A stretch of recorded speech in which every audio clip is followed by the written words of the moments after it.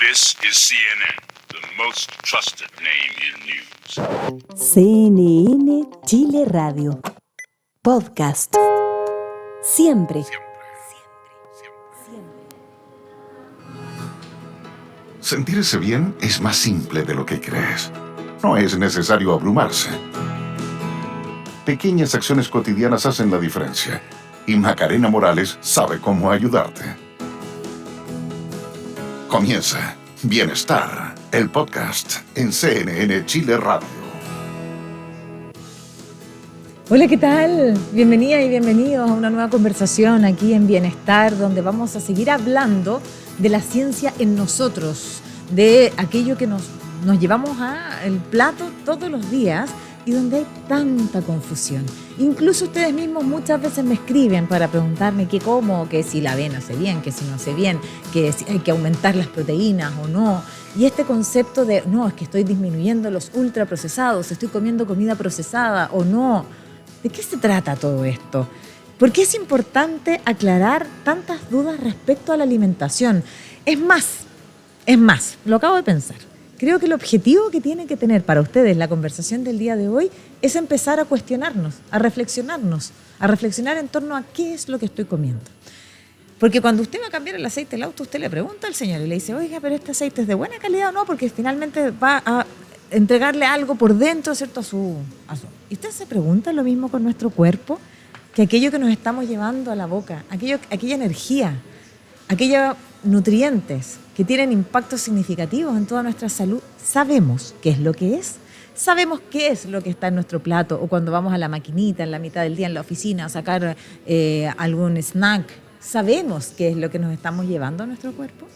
Bueno, todo eso motivado a que los legisladores, recuerden que este podcast es eterno, entonces si ustedes están escuchando esta conversación y el proyecto se aprobó o no, igual bien vale la reflexión en torno a la posibilidad de etiquetar ciertos productos o ciertos alimentos con la base de ultraprocesado. Me imagino que el objetivo es que la gente sepa si es un ultraprocesado o no. Pero para eso hay que entender de lo que se trata. Y quien vino a exponer a nuestro país es justamente Susana Sokolovsky. Ella es presidenta electa de la Asociación de Latinoamérica y el Caribe de Ciencia y Tecnología de Alimentos. Además es doctora en Ciencias Químicas, así que tiene credenciales de sobra para entender de qué están hechos los alimentos y qué es un ultraprocesado, que bien nos va a explicar. Así que bienvenida a Bienestar. Gracias por estar con nosotros. Muchísimas gracias, Maca, por la invitación para compartir con vos este espacio. La invitación que recibí por parte de la Comisión de Salud del Senado de la Nación tiene que ver justamente con este boletín, cuyo número ahora no recuerdo, que propone un agregado a la Ley 20.606, conocida vulgarmente como la Ley de Etiquetado Frontal, y agregar un artículo que dice algo así como se deberá rotular como ultraprocesado al producto alimenticio que contenga más de 5 ingredientes de formación químico-industrial. Un inciso vago con una supuesta definición de lo que es un alimento ultraprocesado, y tuve la oportunidad, digamos por suerte y por la posibilidad que me dio la Comisión de Salud, de explicar por qué esa cláusula que se espera agregar no tiene sentido, no informará al consumidor y además no contribuirá a que la población chilena disminuya las tasas de obesidad masivas. Chile es, de acuerdo a UNICEF, uno de los países más obesos, tal vez el más obeso de Latinoamérica, y uno se pregunta cómo puede ser que casi 10 años después de la ley de etiquetado, aún Chile siga creciendo sin parar sus tasas de obesidad. Ya, entonces respecto a eso es que tú vienes a entregar tu visión respecto de esta posibilidad de etiquetar los productos. Yo no sé cómo le llamamos, si son productos, son alimentos, con una etiqueta de ultraprocesados. ¿A ti te parece que no es una buena idea? No es una buena idea y te explico más eso por qué. Mismo, porque en primer lugar, ¿qué es un ultraprocesado? Fíjate, el término ultraprocesado fue acuñado en Brasil en 2009 por un médico epidemiólogo, el doctor Carlos Monteiro, que imaginó una clasificación de alimentos de su autoría, algo que no existe, digamos, en ninguna normativa mundial, ninguna normativa internacional, ninguna agencia regulatoria del mundo tiene incorporado este término, que se refiere a alimentos elaborados en una planta de elaboración de alimentos, compuestos, según el doctor Monteiro, de ingredientes de energía barata que contienen muchos aditivos y pocos alimentos enteros, y por lo tanto, como sufren una serie de procesos, se los da en llamar ultraprocesados. Esto es casi textual lo que él explica en 2009, con una visión idealista, más bien una ideología que nada tiene que ver con la ciencia, porque los alimentos procesados, el término ultraprocesado no existe en la ciencia de alimentos, los alimentos procesados son alimentos producidos, yogures sin azúcar, sopas instantáneas, cualquier galleta, cualquier producto cárnico envasado, incluye también quesos como quesos fabricados industrialmente y no artesanales, panes de cereales fabricados en una planta, digamos, de fabricación industrial, helados, hamburguesas, salchichas, etc. O sea, incluye al universo de alimentos envasados que, según define luego de unos años, contienen algún ingrediente que utilizamos rara vez en la cocina o que prácticamente nunca tenemos en la despensa, y aditivos alimentarios que tampoco usamos en la cocina. Una manera muy poco científica de definir qué es un alimento. ¿Por qué digo esto? Porque los aditivos alimentarios que usamos en la preparación de alimentos industrialmente, ya sean salchichas, panes de cereal, yogures, quesos, etc., son todos aprobados por una entidad que se llama JECFA, Joint Expert Committee on Food Additives, formada por científicos independientes, y JECFA es una entidad que depende de la Organización Mundial de la Salud y de la FAO. Es una entidad que selecciona expertos en todas las áreas del conocimiento científico que aplica alimentos para garantizar la inocuidad de cualquier aditivo que se agrega a un alimento. Y además el ama de casa no suele darse cuenta que, por ejemplo, nosotros usamos aditivos alimentarios en la cocina todos los días. El vinagre, que es el ácido acético, es un aditivo alimentario. Cuando usamos, por ejemplo, para hacer un queque, como llaman ustedes, un pastel, batimos huevos, la yema del huevo tiene lecitina, que usada separadamente del huevo es un aditivo alimentario, de modo que nosotros habitualmente cocinamos con aditivos alimentarios. El ácido cítrico, cuando echamos jugo de limón, en la industria echamos ácido cítrico, es un aditivo alimentario. O sea, que tenerle alguna, reparo al consumo de aditivos alimentarios se basa en el desconocimiento de la evaluación de su seguridad, que es un encargo que hace la Organización Mundial de la Salud al JECFA. Ahora, ya, aclarado, ¿cierto?, el concepto y por qué en este caso no te parece una buena idea que quede etiquetado, lo cierto es que estamos viviendo una pandemia y que Chile lidera, yo no sé si es pandemia, epidemia, no sabría decirle esa clasificación, pero lo cierto es que estamos en un problema no menor, porque somos uno de los países con más altos índices de obesidad y la proyección no es buena. No. Incluso de aquí al 2050, 70% de la población en Chile podría tener sobrepeso u obesidad, y todos sabemos los efectos negativos y el impacto que tiene el sobrepeso y la obesidad en la salud de todos nosotros. Por lo tanto, estamos en un problema. Sí. Y yo voy a empujar siempre todo aquello que vaya en la dirección de buscar el bienestar, porque por eso hacemos este programa. Pero a varios años ya, ¿cierto?, de implementada la ley de etiquetado de alimentos, no tenemos resultados mejores, porque sigue la curva siendo creciente y nuestras niñas y niños, sobre todo, también lo están viviendo. Bueno, entre medio me dio una pandemia que dejó a nuestros niños encerrados, nos dejó sin la posibilidad de hacer deporte, mucha depresión, bueno, muchísimas cosas. Era algo que la verdad que la humanidad no estaba preparada y nadie nos imaginábamos, ni en nuestras peores pesadillas. Pero dicho todo eso, ¿qué es lo que nos trajo hasta acá? ¿Por qué estamos viviendo esta pandemia? ¿Y por qué estamos tan preocupados? ¿Y si estamos poniendo los incentivos en el lugar donde corresponden? Bueno, el tema es crucial. El hecho del aumento de obesidad, no solo en Chile, sino también en toda Latinoamérica y en el mundo entero, es un problema grave. Pero hablemos particularmente de Chile. En Chile, la exitosa ley por su difusión 20.606 del etiquetado frontal solamente rotula con altos en el 30% de los alimentos, el 30% de las calorías totales consumidas por un chileno, solo el 30% proviene de los alimentos envasados. El 70% restante de las calorías que un chileno consume diariamente provienen de las empanadas de pino, de la cazuela, de la pizza, de la hamburguesa comida en una casa de comida rápida, de los helados, etcétera. Comidas tradicionales de Chile o comidas que se han popularizado, pollo frito y ese tipo de comidas que son muy habituales en la cocina, digamos, chilena.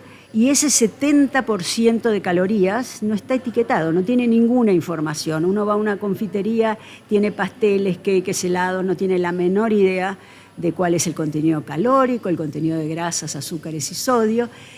Y por lo tanto, como ha disminuido el consumo de alimentos etiquetados, altos en, y esto lo dice el proyecto de ley, en un 9% en algunas categorías, en un 11% en otras categorías, ¿a dónde ha ido ese consumo? Más a los alimentos que no tienen ninguna información, y por lo tanto es de esperar que si uno come alimentos que no conoce lo que tienen y el 70% de las calorías que come provienen de esos alimentos altos en grasa, azúcares y sodio, es de esperar que la obesidad continúe creciendo. Vamos a ir un paso más allá, pero quiero hacer un punto. Yo no quiero cuestionar todo aquello que avanza en la dirección del bienestar, pero sin embargo yo consumo algunos productos que tienen este etiquetado frontal. Por ejemplo, a mí me gusta comer chocolate. A mí también. Y me gusta el chocolate, porque además, ¿cierto?, tiene esta cosa en la dopamina que a veces nos hace un poco bien, ya. Pero para elegir bien, trato de elegir un chocolate que sea alto en cacao. 70% cacao, 80% cacao, porque el cacao además es un producto que viene de la naturaleza, que tiene beneficios sustantivos para nuestro bienestar.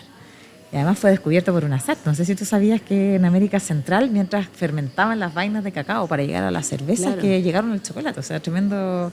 Eso es lo que cuenta la historia. Bueno, veremos si es así. La cosa es que es un producto que es alto en. Sí. Es alto en grasa. O si, por ejemplo, no sé, yo te contaba, si mi desayuno lo etiquetáramos, sería alto en grasa, porque hoy día me comí unos huevos al desayuno con palta.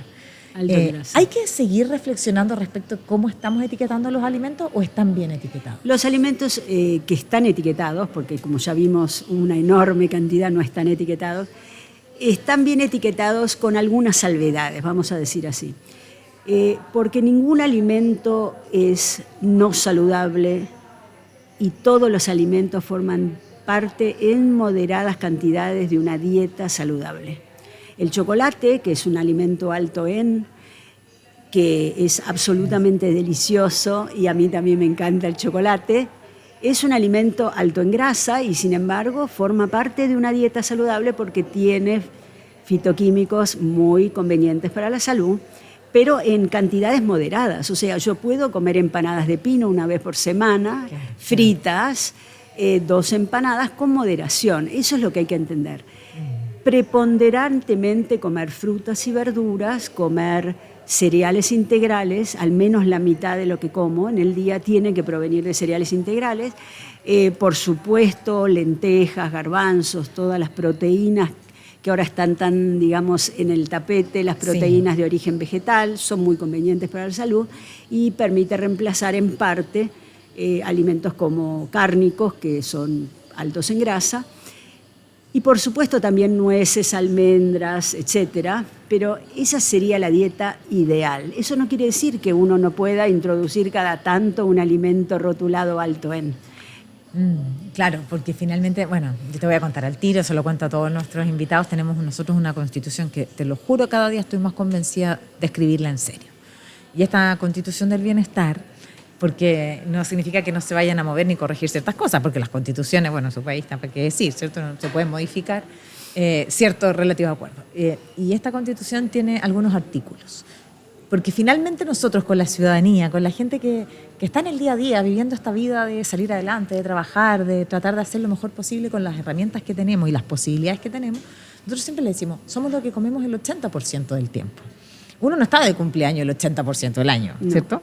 Y uno no va a una fiesta, bueno, no sé, el caso de usted, el mío, el 80% del tiempo, para todas estas excepciones donde finalmente no pasa nada.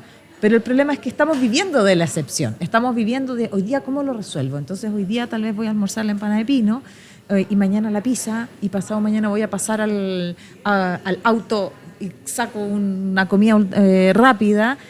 Por lo tanto, eso se está volviendo nuestro día a día. Entonces, Ahora, somos lo que comemos el 80% del tiempo, pero ese 80% del tiempo tiene que ser de calidad. Sí, sería lo ideal seguir las recomendaciones. Además, hay que tener presente que lo que ingerimos, o sea, las calorías que ingerimos, tienen que estar balanceadas con las calorías que gastamos. Bueno, el Por caloría in, eso, caloría out, eso es bueno, sobre todo absolutamente para cierto bajar que la pérdida de peso. la sociedad se ha ido convirtiendo en una sociedad cada vez más sedentaria. Las mujeres trabajamos igual que los hombres y tenemos tareas en la casa mucho más que los hombres, y lo cierto es que trabajamos muchas más horas, nos ocupamos de los niños, etcétera. Y esta idea de poder cocinar con los ingredientes básicos tal vez pueda cumplirse un sábado, un domingo, pero muchas veces hay que recurrir a algún tipo de alimento en el día a día, porque es necesario para mantener, digamos, el esquema diario tan ocupado. A mí no me queda ninguna duda de que existen posibilidades de mejorar el estado de obesidad. La incorporación de 60 minutos, por ejemplo, de actividad física en las escuelas. Aprobada por ley en Chile hace Eso poco. es maravilloso, Claro. Es algo que no existe o que no existía o que se había reducido demasiado. Otra cosa hay que hacer, digamos, promocionar la actividad física haciendo disminuir las barreras, o sea, la inseguridad callejera, las autopistas, la falta de circuitos para caminar hace que la gente no disponga de lugares.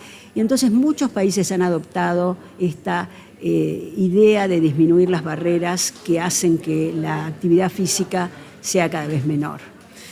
Estamos conversando con Susana Sokolovsky, ella es presidenta electa de la Asociación de Latinoamérica y el Caribe de Ciencia y Tecnología de Alimentos, doctora en Ciencias Químicas, y estamos justamente aprovechando toda su expertise y su paso por Chile para poder hablar sobre los alimentos. Te voy a sorprender igual con esta pregunta porque no te lo había anunciado antes, pero la semana pasada, y me han escrito un montón, de hecho les voy a hacer algún video también sobre qué pienso. Yo soy solo una divulgadora que aprende de esto, de esta nueva pirámide alimenticia, donde dicen que ahora la pirámide la dieron vuelta. Yo digo, medio en broma, medio en serio, digo, el tiempo nos dio la razón, y pusieron abajo, ¿cierto?, los granos, y dejaron en la parte alta de las proteínas, que pareciera que es tan importante, pero por supuesto que dentro de todas estas pirámides que la estoy revisando acá, no están estos que la gente llama ultraprocesados, que ya bien nos enseñas que no tenemos que llamarlos así, porque no son parte de la vida diaria. No es parte de la vida diaria. Aquí no hay ni en la parte alta ni en la parte baja ninguna pizza, ni ninguna hamburguesa que uno compra en un restaurante de comida rápida. Pero eso es lo que estamos comiendo. No estamos comiendo la pirámide invertida o no. Bueno, ¿Qué piensas tú? Ha habido mucha discusión. Es interesante, por ejemplo, yo formo parte como usuario de la red LinkedIn, donde la gente, digamos, de la profesión conversa, y es muy interesante las opiniones que han surgido. Primero, hay enorme cantidad de dudas que eso que se llama, hemos dado en llamar el keto cone, porque en realidad no es una pirámide invertida, es un cono, y es una típica alimentación keto, muy rica en proteínas, en vegetales, y muy pobre en hidratos de carbono. Ahí abajo, con suerte, hay un pan integral y un bowl que parece ser de avena o de arroz. Tiene hidratos de carbono en la parte alta, los que vienen de las frutas y verduras. Claro, nada más que los que se recomiendan comer, que son los que vienen de las frutas y verduras. Y ha habido mucha controversia sobre esta nueva, digamos, indicación dietaria, porque es muy improbable que un norteamericano promedio pueda pagar esa dieta. Y entonces, pero mi punto es que cuando estaba hacia la otra forma, ¿cierto? Tampoco. No, es muy controversial, muy controversial, si bien en cierto modo me parece que de ninguna manera muestra otras opciones que esta dieta keto, y me gustaba mucho más la anterior guía alimentaria, que traía otras opciones, la dieta mediterránea, la dieta tradicional norteamericana, una dieta vegetariana. Aquí no parece haber lugar para una dieta, digamos, vegana, por ejemplo. Nada en eso indica que es una opción comer solo, como hacen los veganos, productos de origen vegetal. Entonces es muy restringida. Eso parece mostrar un único tipo de dieta. Y bueno, hay mucha controversia. En realidad hay mucha gente a favor, mucha gente en contra y sobre todo hay una discusión subyacente que es la falta de transparencia en la creación de este nuevo pirámide invertida, por cuanto no existió la etapa de consulta pública que es exigida. Y entonces se presentó sin que haya habido una etapa de discusión previa, que es la etapa de consulta pública. Así que bueno, vamos a tener sobre esta nueva aparición. Sí, larga discusión. Sí. A mí me parece, fíjate que cuando sale esto uno llama a sus fuentes, porque realmente quién es una, más que una divulgadora o alguien que puede mediar la comunicación, llamo a una de mis fuentes y le digo, ¿qué te parece? Acaba de salir esto y necesito estar informada para poder contarlo. Entonces me dice, mira, tú y yo estamos en una batalla por el bienestar de las personas, ¿cierto? Claro. Y tú y yo tenemos relativa convicción en que estamos comiendo todo aquello que hemos conversado que tal vez no debería ser lo central en nuestra dieta. Claro. Es decir, ordenamos la pizza, llegamos tarde del trabajo, entonces ordenamos el delivery o pasamos a un drive-thru y compramos el snack en la mitad de la mañana en la maquinita del trabajo, o pasamos al kiosco y nos compramos algo que viene envasado. Entonces, tú y yo sabemos que esto no va a impactar en nada en la población. Lo que tenemos que seguir, porque si consumíamos la pirámide de la forma en que estaba o la pirámide invertida, era mucho mejor de lo que estamos viviendo hoy día. O sea, el problema está en que nada de esto es lo que comemos todos los días. Yo creo que nosotros comemos todos los días, como ya dije, 70% de las calorías que consumimos las consumimos en la casa o en un restaurante o en la escuela. Y solo consumimos rara vez, o sea, solo el 30% de las calorías provienen de alimentos envasados. Pero esos alimentos envasados son queso Roquefort, queso Gruyère, queso Gouda, yogur, panes que pueden ser de molde, blancos o integrales. También consumimos, en cierto modo, productos cárnicos, una pata de pollo marinada. Hay cantidad de productos envasados que tienen excelente composición nutricional, que podemos perfectamente comer, aunque sean altos en, por ejemplo, un queso. Por ejemplo, un queso, que claro. forma parte de una dieta chocolate alto en chocolate que forman parte de una dieta equilibrada, aunque sean productos altos en grasa, forman parte de una dieta conveniente por cuanto se consumen por su calidad de alto contenido de calcio, los yogures, etc. Hay que recordar que a nivel internacional existen cantidades de nutrientes que deben consumirse como recomendación dietaria, no más del 10% de la dieta diaria como grasas saturadas. Ahí el bife de chorizo del Keto Cone ese no alcanza, ya tiene un 10% de solo comer ese bife de chorizo que está en el tope de la pirámide invertida. O sea, existen normativas muy serias que dicen no más de 50 gramos de azúcares agregados por día. Un helado de heladería ya tiene más de 50 gramos de azúcares agregados. Entonces, lo que hay que hacer es conocer cuáles son esos límites que tienen fundamento científico y asegurarte de elegir la composición de la dieta para no superar esas cantidades. Es un trabajo arduo, pero se hace más fácil diciendo: consuma como base de la alimentación frutas y verduras, cereales integrales por lo menos la mitad. ¿Y la proteína dónde la dejamos? Proteínas puede perfectamente sacarlas de un pescado, un trozo de pollo, un trozo pequeño de carne, de huevos. Y también no hay que olvidar las proteínas vegetales. Claro, las legumbres. Lo raro de esa, digamos, pirámide invertida es que no se destaca de ningún modo los alimentos plant-based.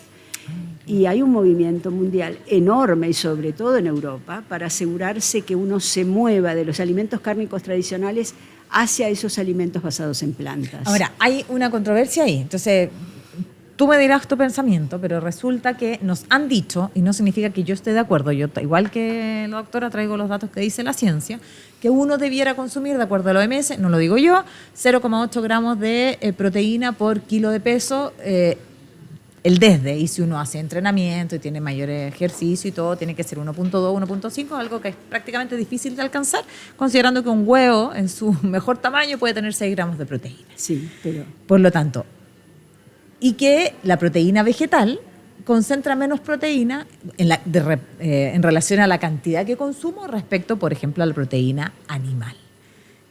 ¿Es así? Bueno, ¿Y qué visión tienes respecto de cuánto nos exigen? Porque yo, o sea, me trato de conseguir la proteína, porque sin proteína no construyo músculo, y además que como estoy en la Edad Media, bueno, pues pasar a la Edad Media uno le quitará el susto a lo que viene después, ¿no? Claro. Entonces digo, no, tengo que consumir proteína y no sé qué. Proteína, un gran tema. Claro. Hoy en día, la difusión del consumo de proteínas ha sido muy grande, al punto que hoy hay enfermos por un exceso de consumo de proteína. Imagínate. Y sobre todo se ve esto en los Estados Unidos. Proteína tenemos que consumir, las recomendaciones varían, pero entre 1,2 y 1,5 por kilo de peso corporal. Eso hace aproximadamente para una persona de 60 kilos 70-80 gramos de proteína, 2 huevos, Son 12. un Claro. trozo de carne medio y un bowl de garbanzos alcanzan para Alcanzaría tener a cubrir la necesidad. esta cantidad de proteína. 100 gramos de carne aportan unos 20-30 gramos de proteína, dependiendo obviamente de la calidad de la carne, de la cantidad de grasa que tenga la pieza, etcétera. Pero por eso para ayudar también a la sostenibilidad, que es un grave Es otro problema problema, ambiental, claro. Es que esa también es otra mundial. discusión que no podemos dejar fuera. No podemos dejar fuera el producción de tema de la alimentos. sostenibilidad, desde ya que no, porque esta es la única tierra que tenemos. No vamos a ir a vivir a Marte, aquí deberemos vivir el resto de los siglos y los siglos. Y por lo tanto, disminuir el consumo de carne vacuna es importante. Gases de efecto invernadero, gas Claro, metano. Totalmente. Y eso no quiere decir que haya que dejar de comer carne vacuna, pero sí aumentar el consumo de proteínas de otras fuentes vegetales. Claro. Nosotros somos un país con tanta costa, el pescado se nos hace tan difícil el acceso. Es Teniendo increíble, tanta ¿no? costa. Teniendo tanta costa, el chileno come poco pescado. Es pero no lo increíble. juzgo, porque yo también quisiera incorporar mucho más el pescado en mi dieta y el acceso no es fácil. Sí. Es complejo, o sea, tenemos un... No sé cómo son los precios del pescado en Chile, pero me interesaría saber. Mira, te voy a invitar a comer pescado, pero no, es difícil el acceso, Sí. pero es difícil el acceso a la compra, por ejemplo, de pescado fresco. Sí, en los mu- mercados En los no hay. mercados muy complejos, sobre todo nosotros estamos aquí en Santiago, donde no estamos al lado de la costa, pero incluso yo que vengo de una ciudad costera, Sí. tampoco uno se levanta y va a la caleta todas las mañanas, porque como tú bien dices, me levanto y voy A a la trabajar. mañana te vistes y me te vas a visto, trabajar. y lo hijo al colegio y a trabajar, entonces es difícil el acceso también a poder Sí. incluir en nuestra dieta y también debe ser algo cultural. Bueno, o sea, hay muchas batallas que dar respecto a eso y respecto también a esto que nos viene a enseñar de los ultraprocesados, y quería aprovechar también de conversar contigo sobre esta pirámide de alimentos que está invertida o no. Lo cierto es que hay un problema que tiene que ver, y lo decía al inicio, que ojalá después de esta conversación y otras tantas que tenemos alojadas en nuestra plataforma, la invitación sea a reflexionar y que a partir de hoy día me importe, porque lo que yo estoy consumiendo no solo es energía para nuestro cuerpo. Tú por ahí decías que también hay que incluir en la ecuación lo de las calorías, pero no es lo mismo 100 calorías que vengan de un puñado de almendras a que vengan de, por ejemplo, unas galletas estas negras que son negra arriba, negra abajo y algo al medio, que son tan populares en Estados Unidos. No es lo mismo, porque no solo son nuestra fuente de energía. Quizás con esta galleta igual voy a funcionar, voy a tener energía, pero además necesito nutrientes. Nutrientes esenciales, Y sí. estamos bajos de muchos nutrientes. Claro, porque hemos virado, no tanto en Chile, como ya se ve, el 70% de las calorías vienen de alimentos consumidos en el hogar o en restaurantes o en el hospital o en el trabajo, pero sí, hay que educar. En realidad la solución para todo es la educación temprana en nutrición desde los 3 años. O sea, cuando el niño empieza a ir al colegio, ya enseñarle el consumo y enseñar con el ejemplo, servir en la bandeja del almuerzo escolar lo mismo que predicamos, ¿no? Eso es fundamental. Por eso es tan importante que existan normas sobre qué es lo que se debe servir en un almuerzo escolar. En la Argentina ha pasado una cosa muy particular. Como los alimentos rotulados no pueden servirse en almuerzos escolares, porque claro, un queque o una galleta, una fruta es de difícil distribución. Por ejemplo, Buenos Aires tiene 300.000 niños en escuelas de corte público.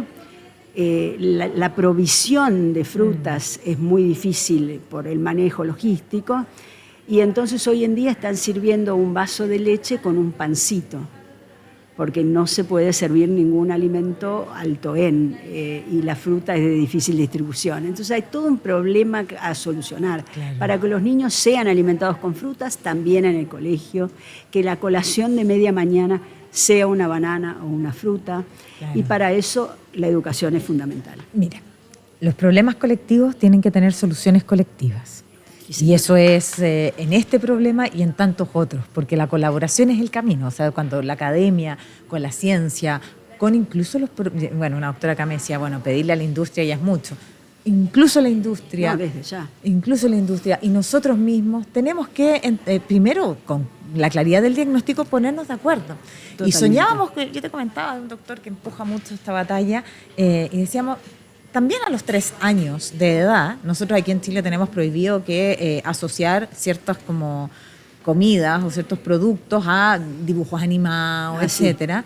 Entonces, claro, cuando mi hija tenía la posibilidad, porque somos muy afortunados de ir afuera y veía estos monitos que venían con chocolate adentro, lo encontraba fantástico.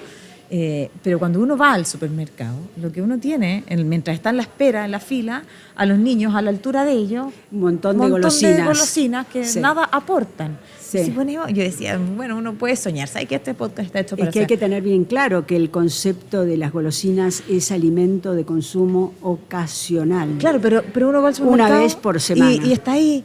Y si ponemos las frutas y la verdura ahí, mire, si el Bueno, supermercado va a ganar hay igual, proyectos de ese tipo, por el ejemplo. supermercado va a ganar igual, porque va a vender igual y vamos a tener... Estuve en el Congreso de Ciencia y Tecnología de Alimentos de Chicago en julio y fui a supermercados, y a la entrada de los supermercados hay grandes canastas de manzanas Sí. y bananas que los niños pueden tomar sin costo. Ah, mira. Y esa es una medida excelente. Claro o sea, que sí. entran con la madre al supermercado, pero ya se pueden ir con su bananita en la mano.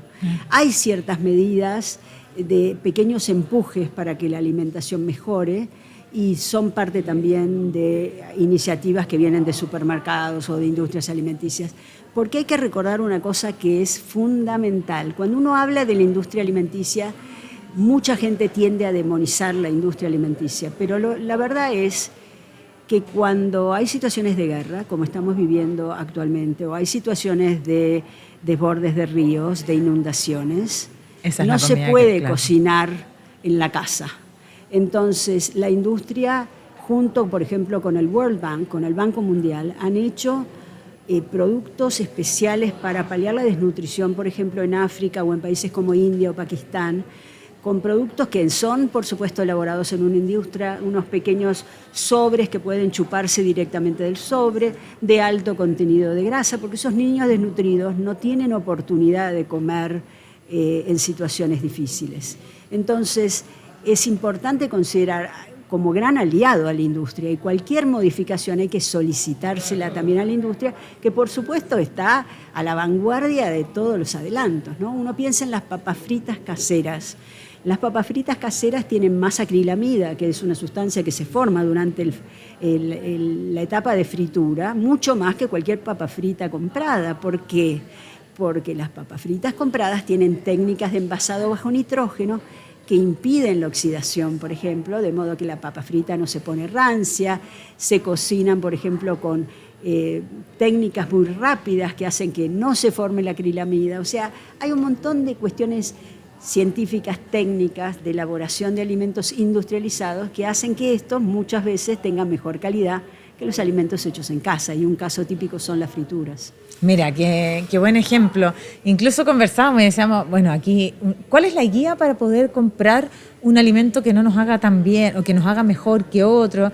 Y claro, uno siempre dice, si es que el ingrediente, agarra el paquete y lo da vuelta y tiene más de 5 ingredientes, tal vez ese no es. Pero tú me decías, bueno, pero hay unas papas fritas que tienen 3 ingredientes. Exacto, y aún por lo así tanto, son claro. altas en grasa, y uno pensaría, bueno, esto lo como una vez por semana o como mucho. Claro, ¿qué pistas podemos darles?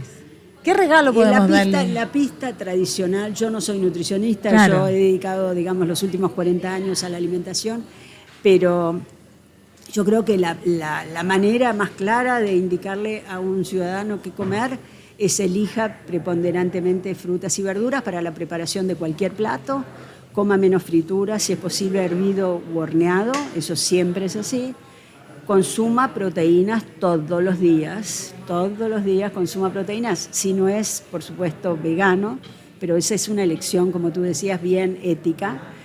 Y en el caso de comidas tradicionales, cómalas una vez por semana. Coma la cazuela una vez por semana, las empanadas de pino fritas una vez por semana, los churros Ahora, en un yo como cumpleaños. chilena quiero reivindicar la cazuela. ¿Cómo? Yo quiero reivindicar la cazuela como chilena, porque nosotros como la cazuela, uno dice la cazuela es un plato que tiene muchos productos, ¿cierto? Puede ser cazuela de ave, entonces tiene una papa, tiene zapallo, tiene, no sé, porotos verdes, etcétera. Pero si uno hace la cazuela consciente de dejar fuera todo aquello, que esté sofrito en verdad, que el pollo venga bien, que tenga un pedacito de carne que no sea tan alto en grasa, podemos modificarla. Claro. Porque a mí me gusta mucho, ¿viste? Que después queda un caldito muy rico y el zapallo está bien y las verduras están bien. E incluso, bueno, a mí no me gusta consumir tanto carbohidrato en ese sentido, que nos vengan las frutas y verduras. Sí, el arroz puede ser opcional, claro. Pero en el fondo, lo que vuelvo al inicio, Susana, tener conciencia de lo que estoy comiendo y de lo que me hace bien. Porque además hablamos de los nutrientes que te faltan a ti no son los que me faltan a mí. No. Porque no sabemos. Entonces, y las etapas de la vida son diferentes. Y las etapas son distintas. Y la también. condición de cada persona es diferente. Muchas veces me han comentado esta frase, ¿no? Parecería que la ley de etiquetado está hecha solo para los diabéticos, los hipertensos y los obesos. Porque si un niño tiene bajo peso, no tiene ningún problema en comer grasas, azúcares y sodio. ¿Se entiende? O sea, parecería que el etiquetado frontal de advertencia está hecho para personas con condiciones de salud desfavorables. Y en cierto modo es así, por eso en otros países como en Europa no existe el etiquetado de advertencia, solo América Latina tiene estos etiquetados de advertencia. Europa, Japón, Corea, Australia, Nueva Zelanda tienen otros etiquetados que dan la opción de conocer el contenido de los nutrientes en el alimento, pero además en Australia, por ejemplo, tiene como un gradiente de estrellas. Entonces, si tiene 5 estrellas, este alimento es nutricionalmente mejor, si tiene 2 es menor, y entonces es una forma más creativa de comunicar el contenido de nutrientes, no solo calórico, y indicarle al consumidor que es mejor para su salud.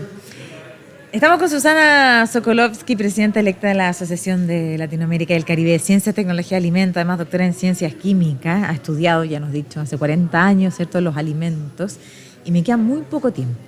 Y en este podcast siempre le preguntamos a nuestros entrevistados, ¿qué haces tú por tu bienestar?